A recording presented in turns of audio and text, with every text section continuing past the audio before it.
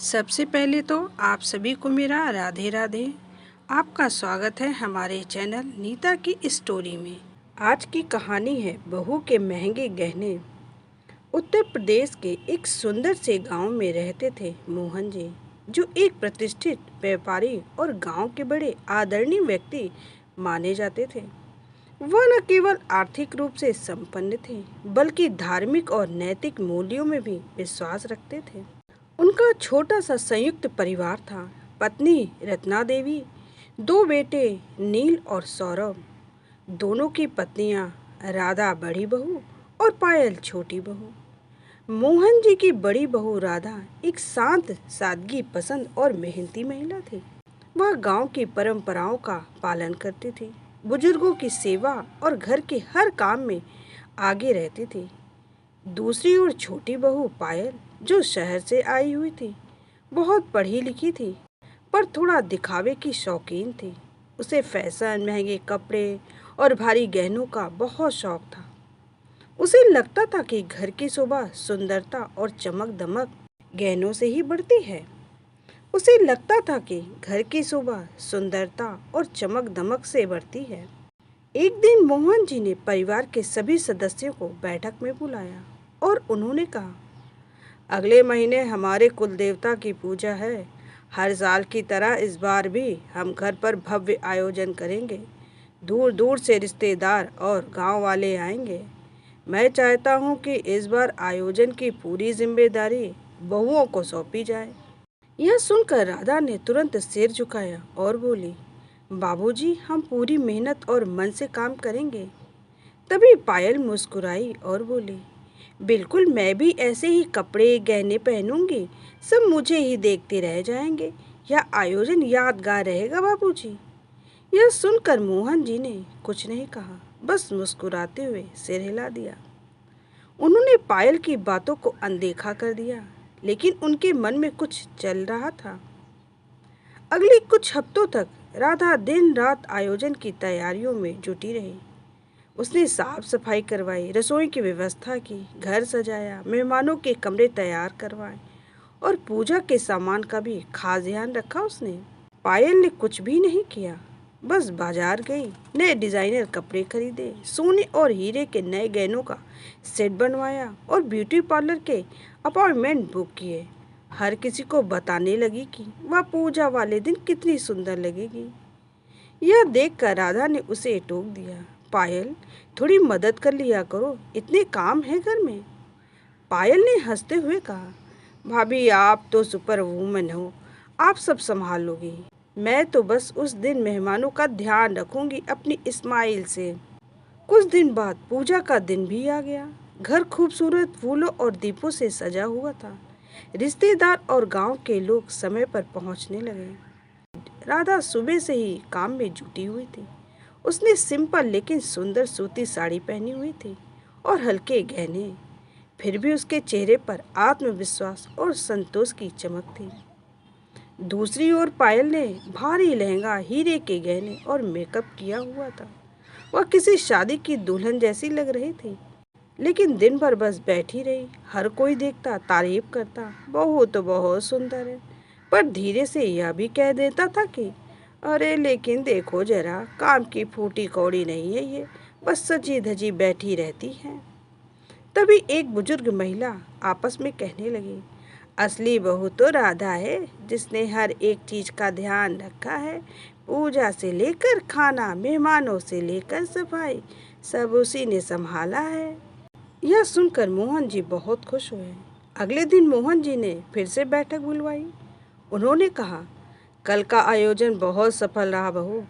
राधा और पायल, तुम दोनों का धन्यवाद, लेकिन अब मैं एक छोटी सी परीक्षा लेना चाहता हूँ।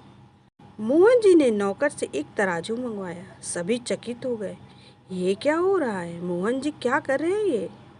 फिर उन्होंने एक तरफ राधिका की चप्पल, रसोई की झूठी थाली, एक पुरानी झाड़ू और उसकी पहनी हुई साड़ी का एक कोना रख दिया। दूसरी तरफ उन्होंने पायल के महंगे हार, झुमके, लहंगे और हीरे की अंगूठी रख दी और फिर बोले, ये कोई आम तराजू नहीं है, यह तराजू इंसान की असली कीमत तौलता है। नियत, मेहनत और सेवा की। तराजू का कांटा राधा वाली तरफ झुक गया। यह देखकर सब चौंक गए। मोहन जी मुस्कुराए और बोले, पायल, तुम्हारे गहने बेशक महंगे होंगे, पर राधा की मेहनत, सादगी और समर्पण ने इन सभी चीज़ों को हल्का कर दिया। घर में असली बहू वही है जो इसे मंदिर समझे और हर सदस्य को भगवान की तरह सेवा दे। पायल की आंखें भर आई यह सुनकर। उसे अपने व्यवहार पर शर्म आई। उसने राधा का हाथ पकड़ा और बोली, भाभी, मुझे माफ़ कर दीजिए, मैं दिखावे में उलझ गई थी। आपने जो किया वो मैं कभी नहीं कर सकी। अब से मैं भी पूरे दिल से घर की जिम्मेदारी निभाऊंगी। मोहन जी ने आशीर्वाद दिया और कहा, बेटा, गहने शरीर की शोभा होते हैं, पर सेवा और समर्पण घर की शोभा है, और असली बहू वही है जो घर को दिल से सजाए। पिछली घटना के बाद से पायल के व्यवहार में एक गहरा बदलाव आ चुका था। अब वह भी राधा के साथ हर काम में हाथ बटाती, सुबह जल्दी उठती, रसोई और घर की सफाई में भाग लेती और बुजुर्गों की सेवा करती। मोहन जी और रत्ना देवी को यह देखकर बहुत खुशी होती थी कि अब घर में प्रेम, सहयोग और शांति का वातावरण आ चुका है।